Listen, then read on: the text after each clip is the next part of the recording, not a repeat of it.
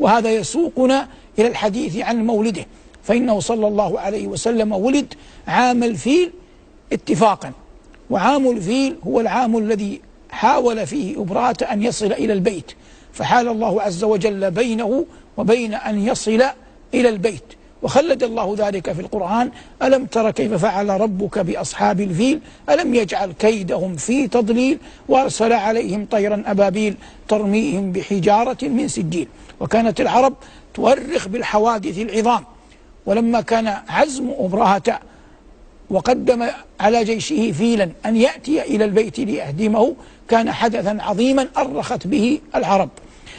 ولد صلى الله عليه وسلم في شهر ربيع الأول، وذهب بعض أهل العلم إلى أنه ولد في رمضان، وأن أمه حملت به في أيام التشريق، وهذا القول مخالف لقول الجمهور، قال به البعض، لكن البعض يصف هذا القول بأنه شاذ، لكن جماهير أهل العلم من السلف والخلف على أنه صلى الله عليه وسلم ولد في شهر ربيع الأول من عام الفيل. ثم اختلفوا في يوم مولده، فجماهير أهل العلم على أنه ولد صلى الله عليه وسلم ل12 ليلة خلت من شهر ربيع الأول. قال الحافظ ابن كثير رحمه الله: وعلى هذا أي على هذا القول جماهير أهل العلم.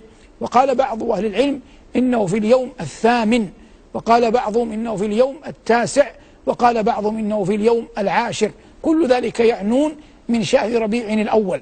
واتفقوا على أنه صلى الله عليه وسلم ولد يوم الاثنين، لما في صحيح مسلم أنه صلى الله عليه وسلم سئل عن صيام يوم الاثنين لما يصومه، فقال عليه الصلاة والسلام: ذلك يوم ولدت فيه.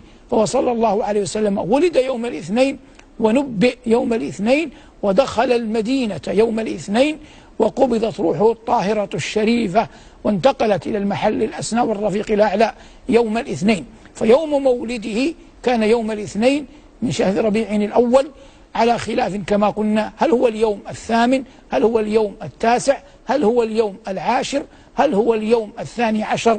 والقول بأنه اليوم 12 حكاه ابن كثير على أنه قول لجماهير أهل العلم من السلف والخلف. وأيا كان فقد كان يوما مشرقا مضيئا بلا جدال. قال شوقي رحمه الله: ولد الهدى فالكائنات ضياء، وفم الزمان تبسم وثناء، الروح والملأ الملائك حوله، للدين والدنيا به بشراء، يا خير من جاء الوجود تحية، من مرسلين إلى الهدى بك جاءوا، بيت النبيين الذي لا يلتقي إلا الحنائف فيه والحنفاء، خير الأبوة حازهم لك آدم دون الأنام وأحرزت حواء، إلى ما ذكر رحمه الله. وسيأتي بقية الأبيات في الحديث عن شمائله صلى الله عليه وسلم.